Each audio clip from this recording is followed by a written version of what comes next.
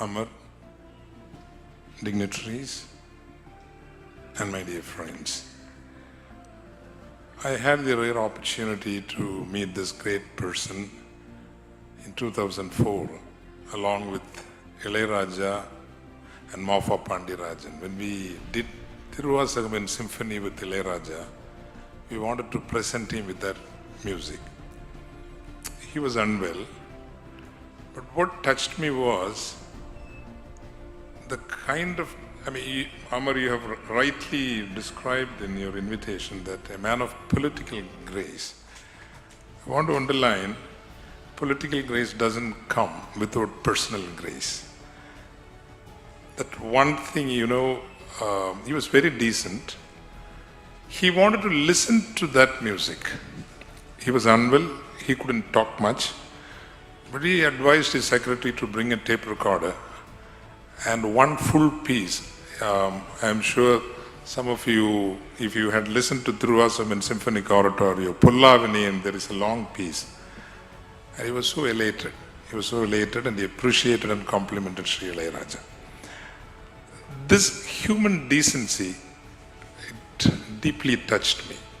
A person who was very kind, very generous, who received us, I didn't know that when he knew that I'm a Catholic priest, he ensured that I sat near to him, next to him, not even Ilayaraja, he ensured you come, sit near to me.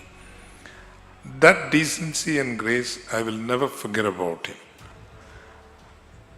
And as I said it again, I will say it again, that political grace doesn't come without deep personal grace. The country was very safe with him.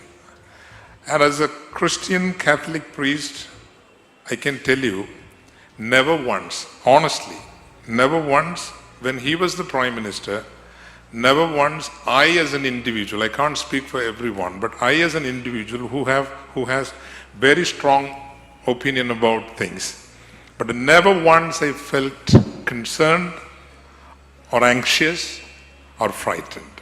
That I was sure that this man valued human life.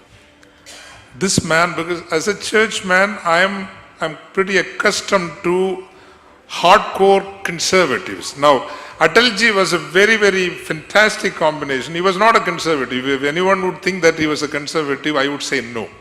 A poet cannot be a conservative. A poet can only be an enlightened liberal. I think the senior officer would agree with me. A real poet will be an enlightened liberal, but deeply rooted in his convictions. He loved his country and he believed in a set of ideals and tenets. But nevertheless, in his heart, he was an enlightened liberal.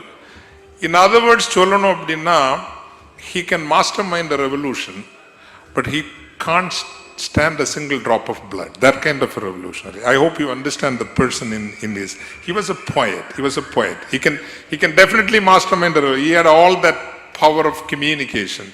But a person so gentle, meek, and humble at heart. The country was safe with him. I miss him. I miss him. We miss him. I'm very genuine about it. And again, I repeat, I have very, very strong political views, but I miss this great person, Atal Ji.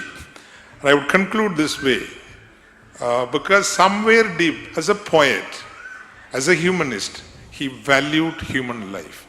He respected everyone. Though again, he believed in a set of philosophy, he wanted to take everyone along and wanted to give everyone a sense of security and belongingness in this country. And one of the movies, English movies I always loved was this Gladiator.